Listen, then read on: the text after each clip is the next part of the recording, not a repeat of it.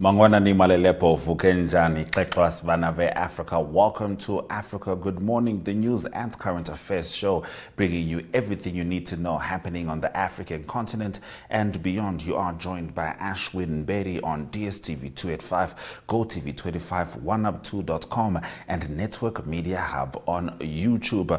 Today, the Gambia celebrates its Independence Day. We're certainly going to be talking a bit about that. We're also going to be looking at Uganda's LUGANDAGPT, bridging language gaps and transforming the digital landscape in Africa. We're also going to be looking at the rest of the AU leadership, which has been elected. And of course, Talent Gore is going to be bringing us comprehensive news and views directly from Zimbabwe. You are with Africa Good Morning. Top stories shortly.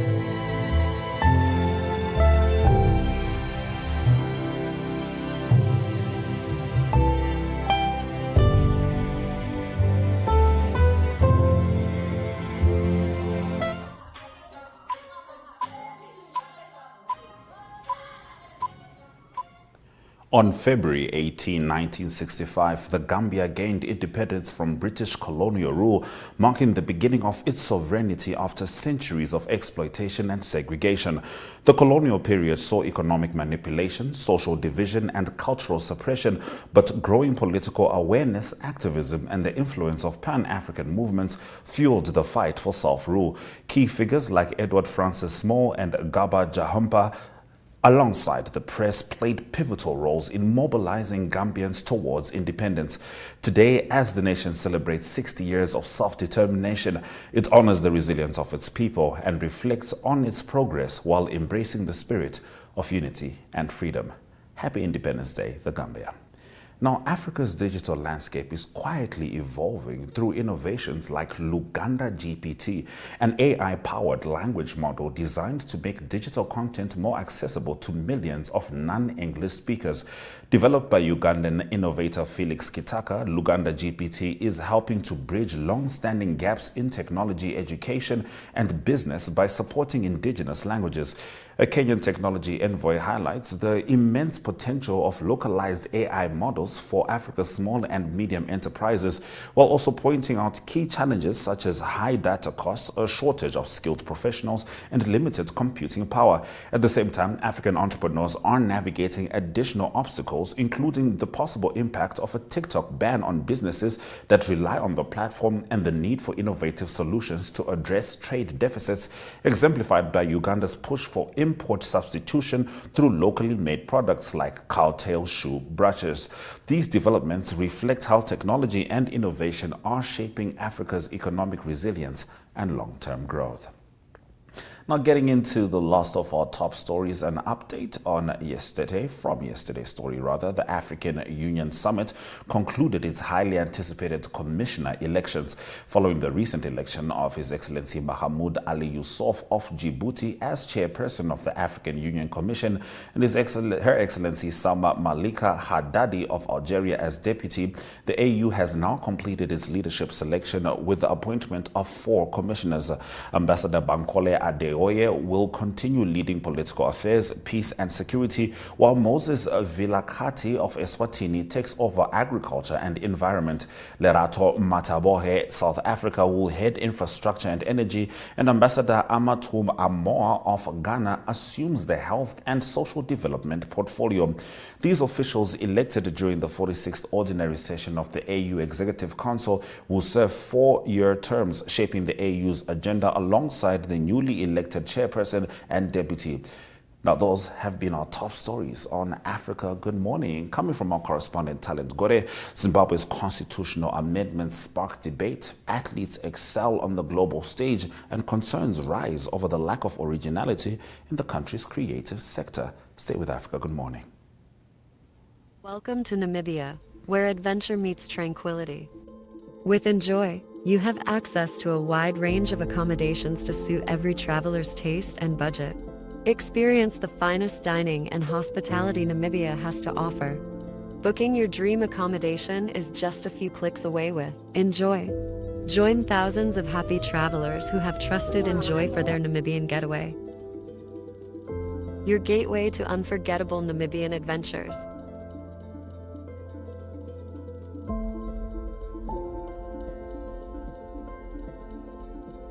Visit us today at enjoy.my.na.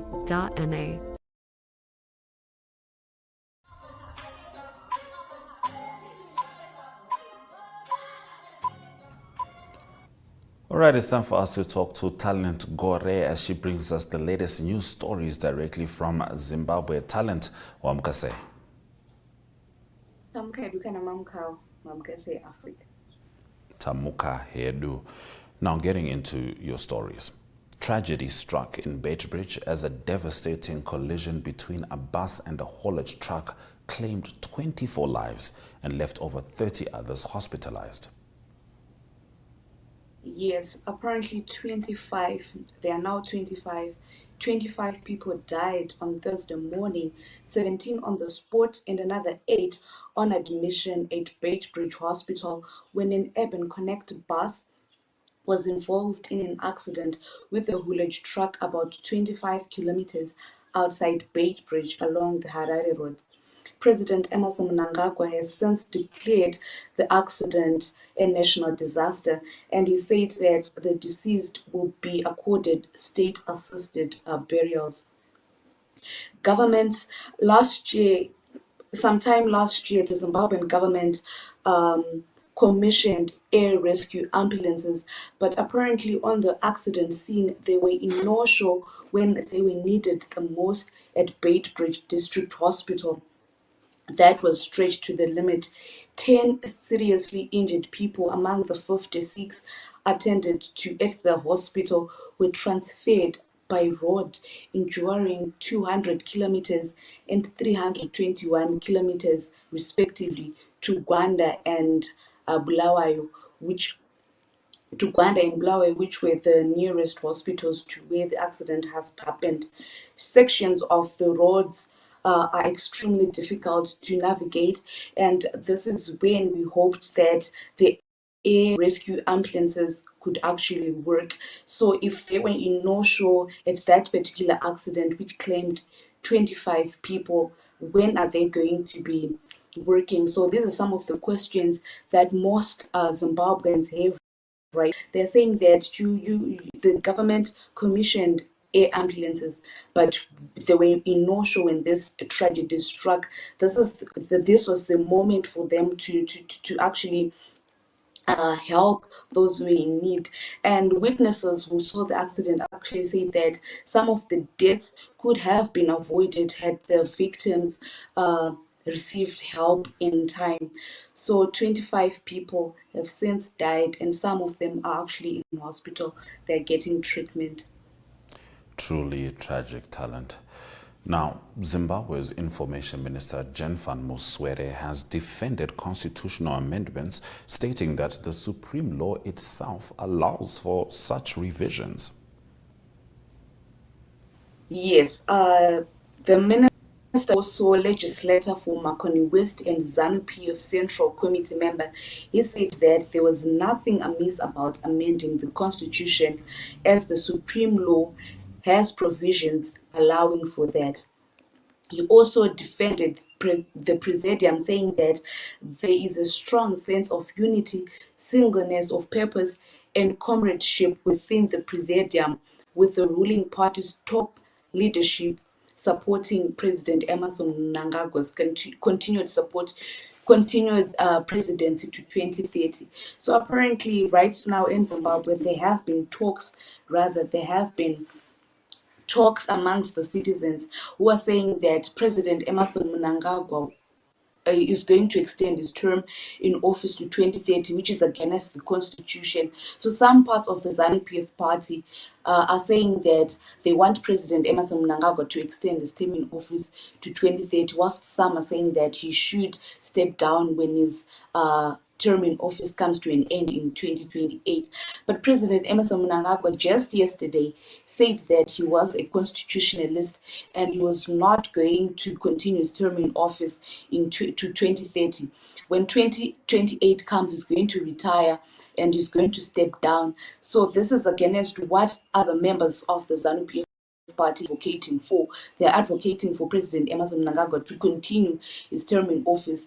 And there has been some parts of the media which are saying that the Presidium, which is President Emerson Mnangagwa and his vice presidents, Constantino Chiwenga and VP Mohadi, they are not in good terms. So the Minister of Information has come in and did that, saying that the Presidium was actually united, and some of them, the vice presidents, were actually for the continued for President Emerson Mnangagwa's continued term in office to 2030. So the minister himself has defended that, but President Emerson Mnangagwa just yesterday told the media that he was not going to do so. So we are not really sure what is going to happen, but we'll take the president's word because he's the one who's in office. So we are quite sure that when 2028 comes, he's going to step down and let others take over from him, because his term in office expires in 2028. So we would not expect him to go beyond that, because it would be unconstitutional for him to do so. All right, talent. Here is Zimbabwe's President Emerson Mnangagwa in his own words. Very clear. Very clear. That I have two terms, and these terms are very definite. And I'm so democratic. When they come to an end, I'll step aside and my party will elect my successor. That is as clear as day. Those who have other imaginations, it is a democratic society for people to dream. But facts will take the day. Can you be persuaded, and will you be persuaded to serve beyond 2028? I'll persuade the persuaders not to persuade me.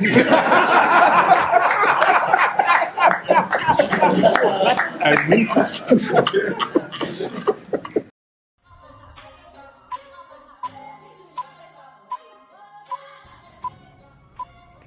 We're still with Talent Gore as we take a deep delve into Zimbabwe news. We're now moving over into sports. Zimbabwean athletes continue to make waves on the global stage, with 3 rising stars delivering standout performances at the Clemson University Indoor Track and Field Complex in South Carolina this past weekend. Yes, on the track and field, we had sprinter Makanaka Charamba who came first and won the Tiger Paw Invitational 200-meter indoor race in a national record of 20.16 seconds. This time was enough to break the national 200 meters record and becomes the world's 8th fastest indoor time. Fellow Zimbabwean Tapiwa Makarau, who finished second in the race, got his personal best time of 20.31 seconds, which became the second fastest time at the event. These two gentlemen also participated last year at the Olympic Games, and they came seventh and eighth. So we are quite happy with them. They are raising the Zimbabwean flag high, and it is quite commendable because it had been quite a long time since we had our own athletes participating at these games, particularly in the track and fields. So it is quite, for Zimbabweans right now, they are actually celebrating these wins because it had been quite a long time since we had sprinters in particular at Olympics, and also sprinters taking their time to participate at these international games. Very exciting, especially if you also consider how Zimbabwean players are doing in England, playing football. Munetsi had a very good game for Wolves, even though they lost to Liverpool over the last weekend. It's looking very bright, and Mavesere was the man of the match in the Sharks versus Bulls rugby game also over the weekend. So yeah, up and up for Zimbabwean sport. Staying with sport, seven-time Olympic medalist and seasoned sports administrator Kirsty Coventry is positioning herself as a transformative force within the International Olympic Committee. Tell us more. Yes, seven-time Olympian medalist Kirsty Coventry, who's also the current Minister of Sports in Zimbabwe, is positioning herself as a transformative candidacy for the IOC presidency, which is the International Olympic Committee presidency. She's running for president, and if she wins, she becomes the first woman to head the IOC in its 133 years, and she also becomes the first African woman to head that. So she has said that for her agenda, she is emphasizing on mental health, physical recovery, and equitable opportunities, particularly for women in sports. She has since proposed expanding the Olympic Solidarity School program and enhance athlete career initiatives to support their development both during their competitive years. Beyond athlete welfare, Kirsty Coventry is also advocating for a more inclusive government structure within the International Olympic Committee, aiming to foster open dialogue and empower IOC members, international federations, and the National Olympic Committee. As a swimmer, Kirsty Coventry represented Zimbabwe at 5 Olympic Games, winning 2 gold, 4 silver, and 1 bronze medal. She was elected to the IOS Athletics Commission in 2012 and has served as Zimbabwe's minister since 2018. IOC members will elect a successor to incumbent President Thomas Bach at the IOC session in Greece on March 18 to 21. If she's elected, Coventry would become the first woman and first African to lead the IOC, making a historic shift for the organization. So we're just that she wins so that she becomes the first African rather to head the IOC, because it will be quite huge for the African continent to have an African at the International Olympic Committee. So we are truly hoping for the best for.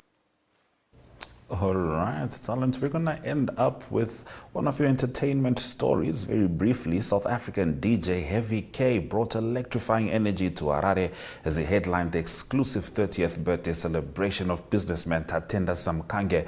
And then tell us a bit about the concerns growing over the Zimbabwean creative sector. Okay, South Africa's DJ Heavy K was in Zimbabwe last Saturday, where he was performing at a private birthday party for businessman Tatinda Samkanga, who turned 30. Other Zimbabwean artists, Ja Praiser and Killer T, were also among the people who were performing at the birthday. Apparently, the Who's and Who of Harare were invited to the birthday party, and Heavy K surely showcased that he is quite a good DJ whilst he was performing his hit tracks. And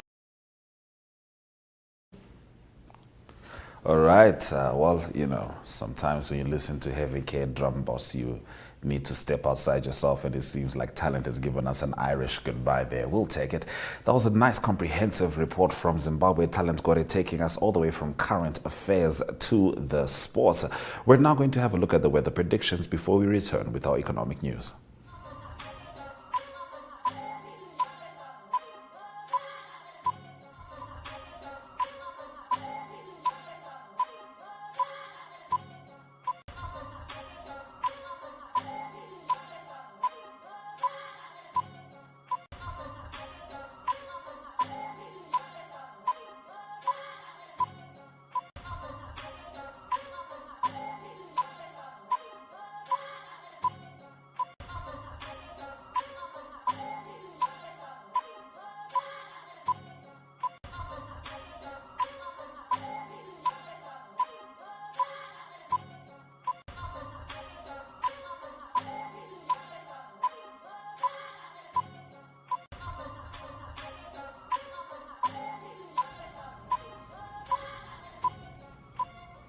In economic news, South Africa is exploring new allies in its bid to expand nuclear power, with Russia and Iran emerging as possible partners.